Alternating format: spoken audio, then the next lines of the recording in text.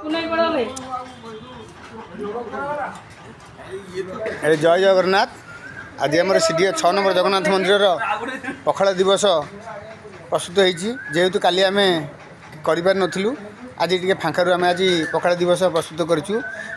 आस पचारि बुझा आज आम आइटम कौन कौन होम आग रिका पाखक जा देखा जे ये बर्तमान आम आशुतोष बस। अच्छा आशु बाबू कहबटी आपंकर आज आइटम कौन कौन होती आइटम देखिए कह गोटे गोटे देखिए कह कौन कौन आइटम होती आपंकर आज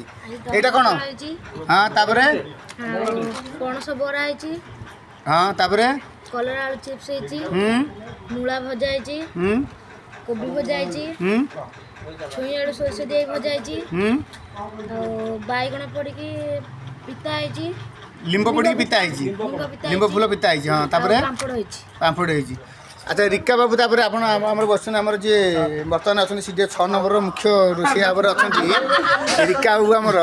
रिका बाबू कहबे आपंकर कौन आपंकर आज मन आज कौन जय जगन्नाथ। हाँ आमर एठाकर हेड रोषिया मंटू नना द्वारा प्रस्तुत आज आज्ञा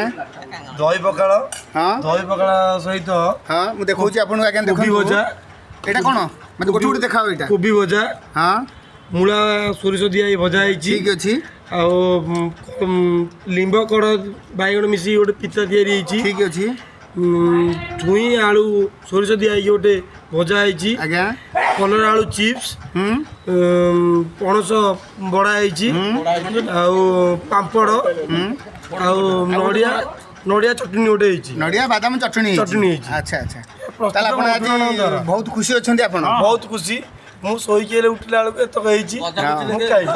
जय जगन्नाथ।